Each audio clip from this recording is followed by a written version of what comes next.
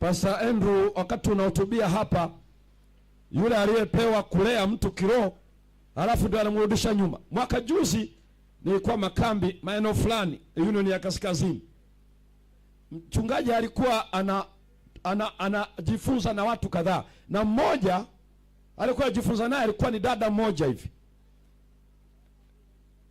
Alipoanza kujua ukweli, akaanza kuwaona baadhi ya Adventista walivyokuwa. Akawakagua nywele, akawakagua nyusi, kakagua kucha, kakagua nini, kakagua mpaka na nguo zao. Akagundua kwa kuwa nataka nijiunge nao, ngoja mimi nianze kufanyia marekebisho.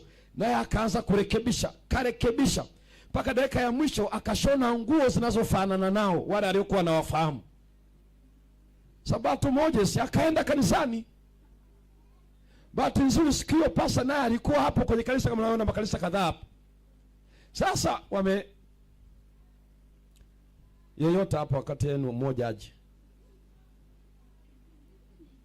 Mna masikio? Mmoja hebu njoeni hapo kati yenu. Wewe mwenye miwani njoo. Wewe njoo, na mwenye miwani njoo. Sasa una simu yako rafiki? Itoe. Sasa njoo hapa dada, hapa. Hapo unaweza kupiga magoti vizuri. Hapa kwa kuangalia huko. Hebu piga sasa, uangalie hivi. Alafu na wewe njoo rafiki, njoo piga na wewe magoti hapa. Hapa.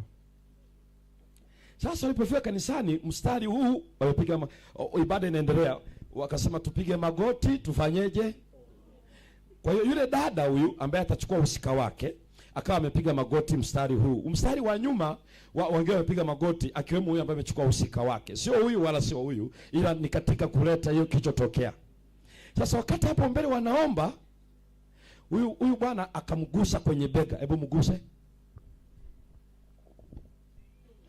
Usigeuke, ngoja bwana. Wewe naye unamgusa kistaarabu, wewe. Unamgusa tu hivi. Hebu mgusa tuone. Sasa yule dada akasikia ule mguso. Lakini akasema kwa sababu tuko wengi, huenda ni wa bahati mbaya. Akaendelea kusikiliza sala. Huyu bwana akaona huyu hajanielewa. Mgusa tena mara ya pili, ongeza kidogo pressure. Yule dada akajua huenda napo kwenye upigaji wa magoti, mtu labda goti huku